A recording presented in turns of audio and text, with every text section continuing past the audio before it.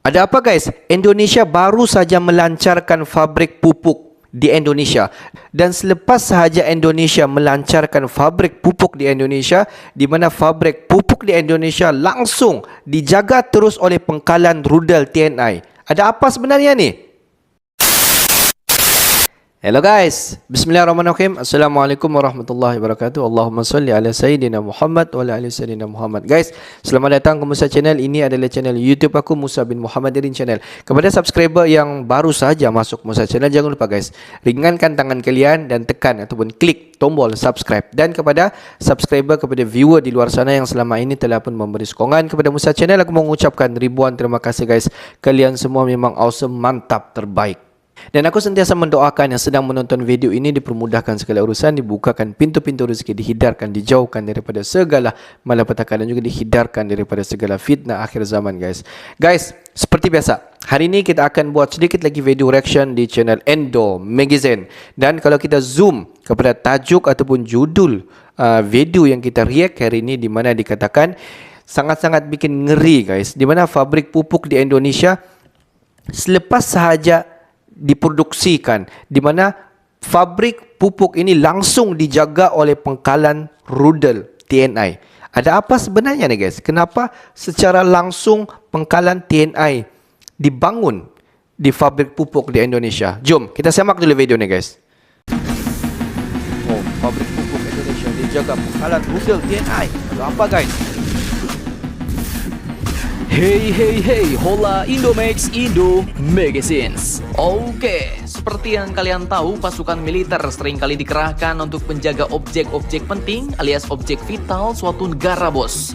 Misalnya seperti kantor kepresidenan, landasan pesawat, sampai ke gudang-gudang senjata suatu negara. Nah, berita terbarunya kali ini, salah satu pabrik pupuk di Indonesia pun ternyata juga dijaga oleh pasukan militer bos.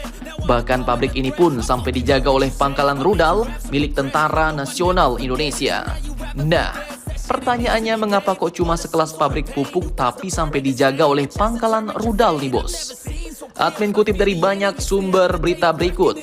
Pabrik pupuk yang dijaga itu pun ternyata adalah pabrik pupuk milik BUMN PT Pupuk Indonesia yang berada di wilayah Bontang, Kalimantan Timur.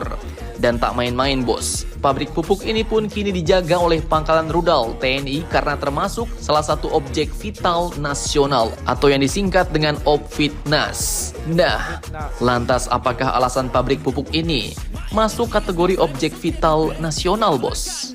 Oke, di sini seorang SVP Corporate Secretary PT Pupuk Indonesia yaitu Bapak Wijaya Laksana saat ditemui di gedung Kementerian BUMN di Jakarta pada Senin 13 Maret 2023 kemarin mengatakan bahwa itu di Bontang ada Pangkalan Rudal untuk menjaga pabrik pupuk karena punya bahan yang eksplosif.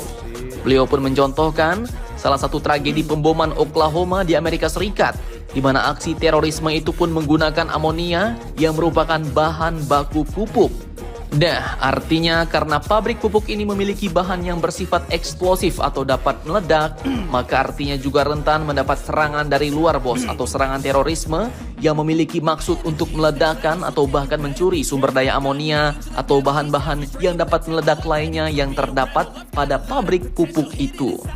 Sehingga pabrik pupuk ini pun mau tak mau harus dijaga ketat. Bahkan TNI pun menjaganya dengan sekelas Pangkalan Rudal, di mana pangkalan itu pun merupakan milik Artileri Pertahanan Udara atau Arhanud TNI Angkatan Darat.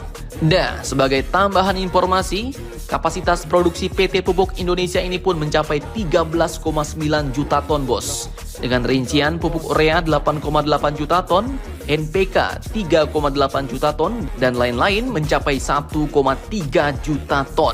Mantap cos, dan cukup ngeri-ngeri sedap nih bos. Jadi bagaimana menurut kalian? Jangan lupa komentar, tetaplah kalian barbar dan jangan santuy terus. Demi Indonesia maju, salam Indomax Indo Magazine. Beberapa tahun yang lepas, di mana Indonesia telah menemukan satu lagi sumber daya ataupun alam semula jadi di Indonesia. Kalau kita tengok bukan baru tetapi sudah pun sekian lama Indonesia memiliki yang dikenali sebagai pupuk. Dan selepas itu Indonesia membuka fabrik di mana pupuk ini memiliki bahan yang lebih eksplosif. Kalau kita tengok apa itu eksplosif, di mana eksplosif itu mudah meletup ataupun mudah terbakar. Kalau kita dan selepas sahaja Indonesia membuka fabrik pupuk di Indonesia, di mana fabrik itu dikawal ketat oleh Pangkalan Rudal TNI. Kenapa sebenarnya? Sebab beberapa bulan yang lepas ataupun beberapa tahun yang lepas, di mana di Amerika Syarikat telah membuka satu fabrik pupuk juga, dan apa yang berlaku di sana, di mana fabrik pupuk di Amerika Syarikat telah pun terbakar dengan ngerinya guys, dengan meletup dia, dengan terbakar dia, disebabkan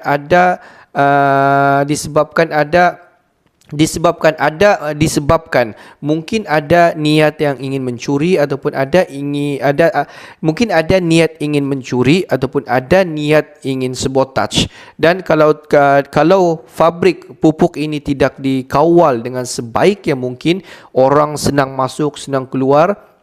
Jadi segala hasil-hasil senang dicuri oleh orang-orang di luar daripada negara itu, dan senang-senang diekspor untuk keuntungan ataupun untuk kepentingan peribadi pihak-pihak tertentu.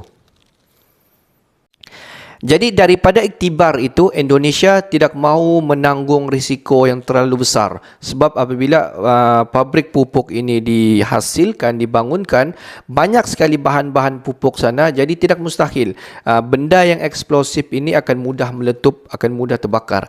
Jadi Indonesia mengambil satu plan untuk membuat Pangkalan Rudal TNI berada di fabrik pupuk di Indonesia, untuk mengawal ketat segala cubaan untuk sabotage ataupun segala cubaan untuk mengambil ataupun mencuri pupuk di kilang fabrik di Indonesia. Nilai produksi pupuk di Indonesia pada tahun 2022, di mana nilai produksi dia mampu untuk memproduksikan dalam jutaan tan per tahun guys. Memang sangat-sangat heavy ataupun memang sangat-sangat permintaan pupuk ini di luar daripada expectation kita semua. Yalah, kita sedia faham bahawa era teknologi pada sekarang ini memang sangat-sangat laju, dan banyak negara-negara di luar daripada sana yang ingin cuba menghasilkan senjata-senjata, yang banyak negara di luar daripada sana yang ingin memproduksikan ataupun ingin membuat senjata sendiri. Tetapi bahan-bahan untuk penghasilan senjata, penghasilan peluru, penghasilan bahan-bahan letup yang lain, mereka tiada. Jadi mereka ingin bahan pupuk itu, jadi mereka membeli ataupun meminta Indonesia mengekspor bahan pupuk itu. Dan kalau kita tengok nilai ekspor ataupun permintaan pupuk di Indonesia memang sangat-sangat drastik guys. Jadi tidak mustahil lah dan tidak hairanlah kenapa penghasilan ataupun produksi ekspor pupuk di Indonesia mampu mencapai jutaan tan per tahun. Okeylah guys, untuk hari ini sampai di sini. Okeylah guys, untuk hari ini sampai di sini saja sedikit information daripada Musa Channel. Dan kepada subscriber, kepada viewer di luar sana yang belum lagi klik button subscribe, klik dulu button subscribe, like dan komen di bahagian komentar di bawah. Akhir kata daripada Musa Channel, thanks for watching my video. Assalamualaikum warahmatullahi wabarakatuh guys. See you the next video guys.